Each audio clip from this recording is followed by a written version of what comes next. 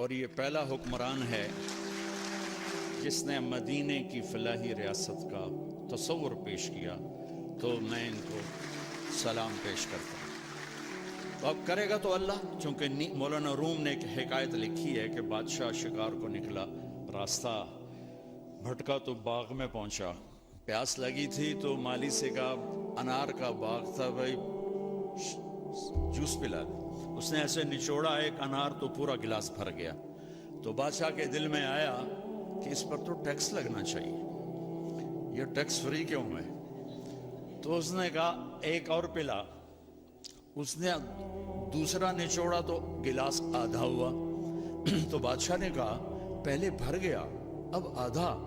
کہنے لگا یہ لگتا ہے بادشاہ دی نیت خراب ہو گئی ہے۔ تو بادشاہ نے دل ہی دل میں کہا یا اللہ میری توبہ، میں نے ٹیکس لگا تھا۔ کہا بھائی ایک اور پلا۔ اس نے پلایا تو پھر پورا بھر گیا۔ تو اس نے کہا اب کیوں پورا بھر گیا؟ کہا جی لگتا ہے نیت ٹھیک ہو گئی ہوگی۔ تو بادشاہوں کی یعنی اہل حکومت کی نیت کا اثر ہوتا۔ یہ پہلا شخص ہے جس نے کہا میں اسے فلاحی مدینہ کی فلاحی ریاست بناؤں گا۔ اللہ انشاءاللہ بنائے گا۔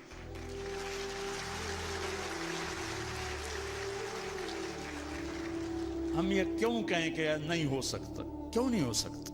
انما امرہ اذا اراد شیئا ان یقول له کن فیکون فسبحان الذی بیدہ ملکوت کل شیء والیہ ترجعون۔ جب کرنا اللہ نے ہے تو طارق جمیل کیا اور عمران خان کیا؟ نیت ہماری دیکھے گا، ہمارا جذبہ دیکھے گا۔ تو میں ابراہیم علیہ السلام کی دعا میں 3 بنیادیں ہیں، ان 3 بنیادوں کو اٹھایا جائے گا تو یہ ذیلی مسئلے خود بخود حل ہوتے چلے جائیں گے۔ جب وہ بنیاد ڈالی تو کہا وَإِذْ قَالَ إِبْرَاهِيمُ رَبِّ اجْعَلْ هَٰذَا الْبَلَدَ آمِنًا، یا اللہ اس شہر کو امن والا بنا دے۔ فلاحی ریاست کا پہلا تصور جو ابراہیم علیہ السلام نے پیش کیا کہ یا اللہ اس ریاست کو امن والا بنا دے۔ اور امن والی ریاست اس وقت بنتی ہے جب نظام عدل مضبوط ہو اور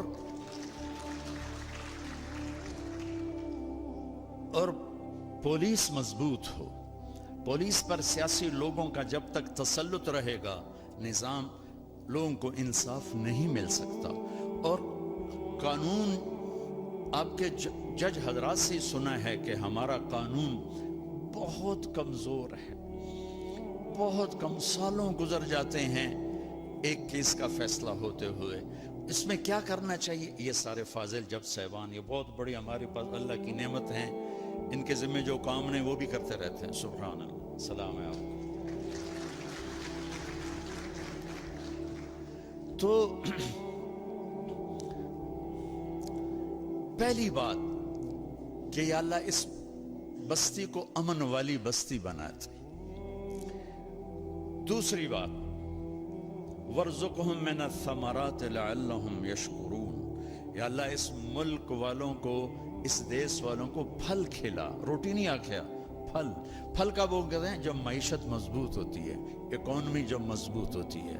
تو دوسری چیز فلاحی ریاست کی تو معیشت مضبوط ہوتی ہے، انفرادی سطح پر تاجر سچ بولے، صحیح تولے، ملاوٹ نہ کرے، کھوٹ نہ ہو، ذخیرہ اندوزی نہ ہو۔ اور حکومتی سطح پر ہے کہ سود کو نکالا جائے، اور ہر وہ شق جس سے مال چند ہاتھوں میں آ جاتا ہے اس کی حوصلہ شکنی کی جائے تو معیشت مضبوط ہوتی۔ تیسری فرمائی ربنا وابعث فیہم رسولا منہم یتلو علیہم آیاتک ویعلمہم الکتاب والحکمت ویزکیہم انک انت العزیز الحکیم۔